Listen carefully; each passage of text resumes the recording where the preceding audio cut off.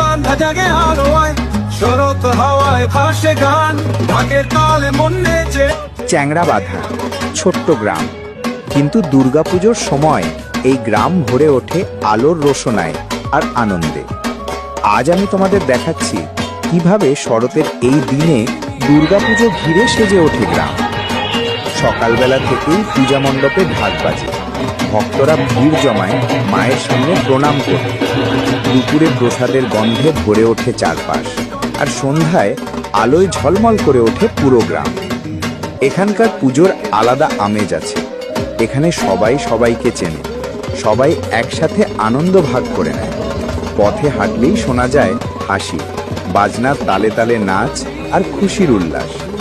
চ্যাংড়াবাঁধার দুর্গোৎসব শুধু দেবী দর্শনের জন্য নয়, এ যেন মিলন মেলা, যেখানে ছোট বড় সবাই মিলে কাটিয়ে দেয় এই কয়েকটা দিন আনন্দে, ভালোবাসায় আর ঐক্যের অনুভূতিতে। শরতের এই আবাহন যেন বারবার মনে করিয়ে দেয়, উৎসব মানেই একসাথে থাকা, উৎসব মানেই আনন্দ ভাগ করে নেওয়া। পুজো মানে মিলন, পুজো মানে ভালোবাসা, সবার সাথে সবার হাতে আনন্দে ভরে ভাষা। সাথে হোলি হাসির